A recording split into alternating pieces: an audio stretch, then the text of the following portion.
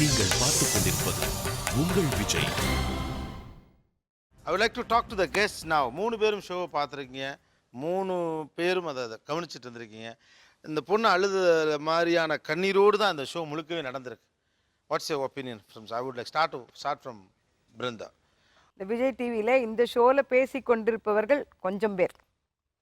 பொதுவாக இன்றைக்கி இந்திய கணக்கெடுத்து பார்த்தோம் சொன்னால் கிட்டத்தட்ட 40% குடும்பங்கள் பெண் தலைமையிலான குடும்பங்களாக ஓடிக்கொண்டிருக்கின்றன. பல்வேறு புள்ளி விவரங்கள் அதுக்கு. இந்திய அரசோட புள்ளி விவரமே என்ன சொல்றதுன்னா, இந்திய நாட்டில் 15% பெண் தலைமையிலான குடும்பம் தான் இருக்குது. தமிழ்நாட்டில் மொத்தத்தில் 10ன்னு. சின்ன சின்ன பிள்ளைகள் மதுரையிலும் மதுரையை சுற்றி இருக்கக்கூடிய பல்வேறு இடங்களிலும் பல மாவட்டங்களிலும் தேனி உட்பட 10வது 11வது 12வது எப்படா பொண்ணுங்க முடிக்குதுன்னு காத்துட்டு இருக்காங்க. முடிச்ச உடனே சுமங்கலி திட்டத்தில் கொண்டு போய் விட்டுறாங்க. திருப்பூரில் பனியன் தொழிற்சாலையில் ஏராளமான பெண் குழந்தைகள் இன்னைக்கு அங்கே வேலை செய்கிறாங்க. சம்பளம் கிடையாது. அவர்களே அங்கேயே தங்கும் வசதி கொடுத்து சாப்பாடு என்ற பேரிலே ஏதோ ஒன்றை போட்டு இன்றைக்கு அவர்களுடைய காலம் அவர்களெல்லாம் குடும்பத்திற்காக தான் உழைத்து கொண்டிருக்கிறார்கள். பாதி பேர் அண்ணன் அப்பா அம்மா மூஞ்சி கூட பார்க்க முடியாமல் பல வருஷங்கள் அங்கே இருக்கிறார்கள். கடைசியிலே உனக்கு திருமணம் என்று சொன்னால் 25,000 கொடுக்குறோம் 30,000 கொடுக்குறோம் சொல்லி அனுப்பக்கூடிய குடும்பங்கள் என்பது இருக்கிறது. திருப்பூரிலே பல லட்சக்கணக்கான பெண்கள் குடும்பத்துக்காக தான் அவர்கள் வேலை செஞ்சுருக்காங்க. இந்த இன்னைக்கு பார்த்தோன்னு சொன்னால் தனிப்பெண்களுடைய சங்கம், தனிப்பெண்களுக்கான கோரிக்கை என்பது உருவாகி கொண்டிருக்கிறது. Rajini, how do you see that? ரெண்டு தரப்புக்குமே நீங்கள் என்ன சொல்ல விரும்புகிறீங்க? What I want to say is, பொறுப்பு, ஃபேமிலி, ஃப்ரெண்ட்ஸ் எல்லாம் இருந்தாலும் 10 to 15% செல்ஃபிஷ்னஸ் இருக்கணும். உங்களுக்குன்னு தனி டைம் இருக்கணும், ஸ்பேஸ் இருக்கணும், ஹாபீஸ் இருக்கணும், ரிலாக்ஸேஷன் இருக்கணும். அது இருந்தால் தான் you can get back into life. எல்லாமே 100% ஃப்ரெண்ட்ஸ் ஃபேமிலிஸ்க்கு எல்லாம் விட்டுடாதீங்க. லாஸ்ட்டில் ஒன்றும் இருக்காது உங்கள் கையில். ஒரு 10% செல்ஃபிஷாக இருங்க. That's all my messages. Oviya, எப்படி பார்க்கிறீர்கள்? என்ன சொல்ல ஆசைப்படுறீங்க ஓவியா? ஓகே, எனக்கு ராகுல சாங்கிருத்தியாயனோட நூல் தான் ஞாபகம் வந்தது.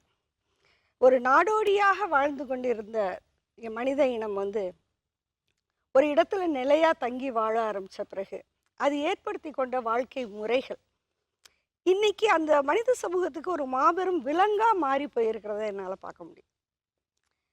இப்போ அதில் ஓகே, நான் அதுக்குள்ள ரொம்ப விரிவாக போகலை. இப்போ ஒரு பெண்ணுன்னு எடுத்துக்கிட்டோம் அப்படின்னு சொன்னால், இங்கே நம்ம எல்லாருக்கும் ஒரு பெண்ணோட லைஃப் ஒரு மாடல் வைக்கப்பட்டிருக்கு. ஒரு 13-14 வயசு ஒரு பொம்பளை பிள்ளை காணோன்னு அந்த பிள்ளை பருவத்துக்கு வந்துடும்.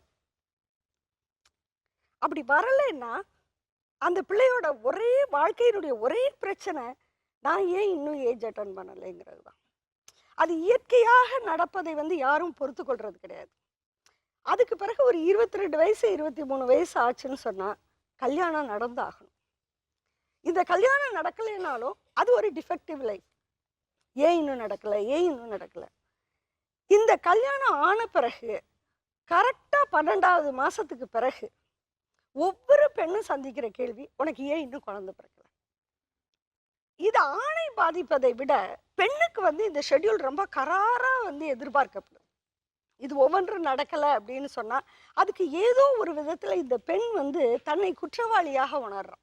இந்த குடும்பத்தை தாங்குகின்ற பெண்கள், மேடம் சொன்னாங்க அந்த எத்தனை சதவீதம் இன்னைக்கு பெண் தலைமையிலான குடும்பங்கள், அது ஒரு ஜென்ரல் இஷ்யூ. ஆனால் பர்டிகுலராக இந்த தலைமையை பெண்கள் விரும்பி ஏற்றுக்கிறாங்களா?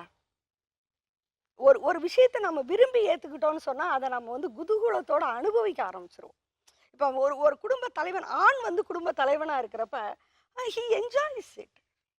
அதை மகிழ்ச்சியோடு ஏற்றுக்க முடியுது இந்த சமூகத்தில், சுமையாக இருந்தாலும் கூட. ஆனால் ஒரு பெண் பெரும்பாலும் 90% இந்த குடும்ப தலைமையை ஒரு நிர்பந்தத்தின் காரணமாக தான் ஏற்றுக்கிறாங்க.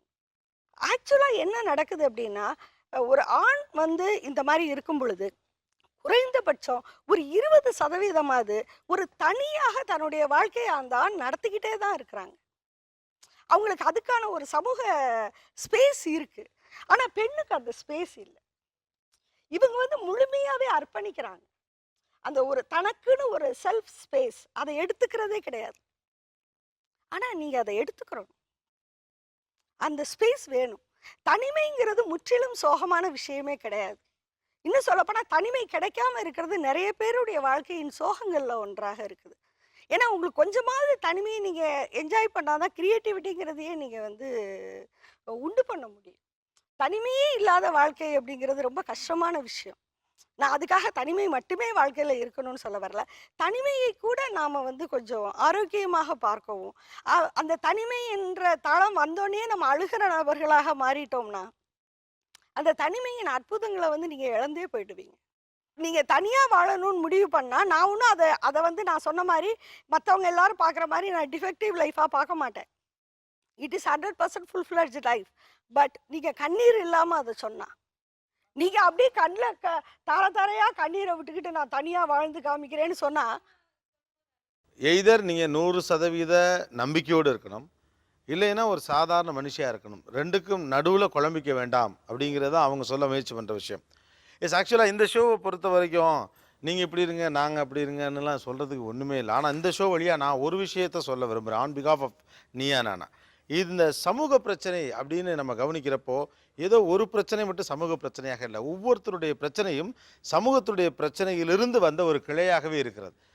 ஒரு சின்னமாக ஒரு கடை வீதியில் உட்காந்துட்டு காய்கறி வித்துட்டு இருக்க அம்மாவுக்கு பின்னால் ஒரு குடும்பமும் 4 பிள்ளையை காப்பாற்ற வேண்டிய பொறுப்பும் அவங்களுக்கு இருக்குது அப்படிங்கிறத நம்ம கவனிக்கலை.